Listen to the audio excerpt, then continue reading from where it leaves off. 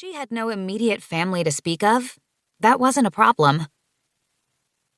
Aunt Marjorie was married twice, once to Uncle Frank, who died when Maggie was very young, and once again to Charles Getz. She knew Frank had no siblings or other children, but that Charles did, so she just assumed they'd figured out things on their end and that the house had gone to someone on that side of the family. She had no intention of going back to Dogwood Mountain at the time, and the house wasn't hers to decide what to do with, so she stayed in her corner, living her life as she always had. Alone, and focused on her job in the Human Resources Department at a Fortune 500 company. For Maggie, that was life. At the top of the hill, Maggie decided to turn around in the road and walk past the grand house once more. This time she squinted her eyes to view the smaller side porch that jutted out on the west side of the laundry room. She stopped in the middle of the road and walked to the edge of the yard. Unlike the larger porch, the side porch was just big enough for a small bistro set and a few planters. When he was still alive, her Uncle Charles took his favorite pipe filled with sweet-smelling tobacco out on the side porch after dinner. Maggie would go with him and sit in the chair beside his. They never spoke a word during that time. They only sat together, enjoying the calm and peaceful view. For some reason, she always remembered those times well. Her uncle had taught her that silent moments with no distractions could be some of the best moments she'd ever be lucky enough to experience. Today, though, something appeared off. With her hands on her hips, Maggie leaned forward at the waist to get a closer look. She could see something large on one of the wrought iron chairs, though from her vantage point she wasn't sure it was a person. More or less, it looked like a large silver trash bag, similar to the kind she had seen at the home improvement store for yard waste. It was huge, though, and as tall as a person.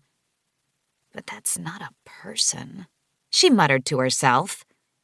With a shrug, she turned back to the road and continued her walk. Definitely not a person, she thought again, all the way back home. She wondered if other people had similar thoughts.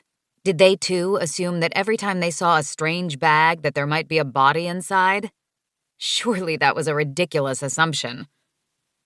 A half-hour later, Maggie was back at her small cottage. Ruby Cobb, her friend and part-time employee at the donut shop, had invited her out to her farm southeast of town. Maggie had been only once before, and enjoyed her time walking the verdant acres with her new friend and feeding the many animals. Now the green acres had begun to take on the colors of fall, and Ruby had promised her a ride around the woods in the pickup truck and a bonfire under the stars. Spending time with friends was another change that had come following her move back to Dogwood Mountain. Before then, her life was filled with her job, an occasional letter from her son at sea in the Navy, and books. Mystery novels, to be precise. Maggie consumed well over 200 books a year, and had sometimes forgone living life in order to do so. In moderation, reading was a healthy habit, and she knew it. But Maggie had silenced the loneliness in her life by reading. Moving back to Dogwood Mountain had given her the fresh start that she knew she needed. "I hope you don't mind steak and salad tonight, specifically a fruit salad," Ruby said when Maggie arrived at her house. "I'm trying out a new recipe for the boxed lunches." "Consider me your guinea pig, then," Maggie said. Business had boomed since the introduction of the lunch feature at the donut shop.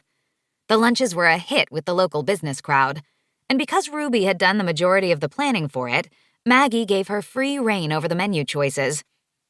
"I wonder if I'll get the Orson stamp of approval on this," Ruby mused while they ate.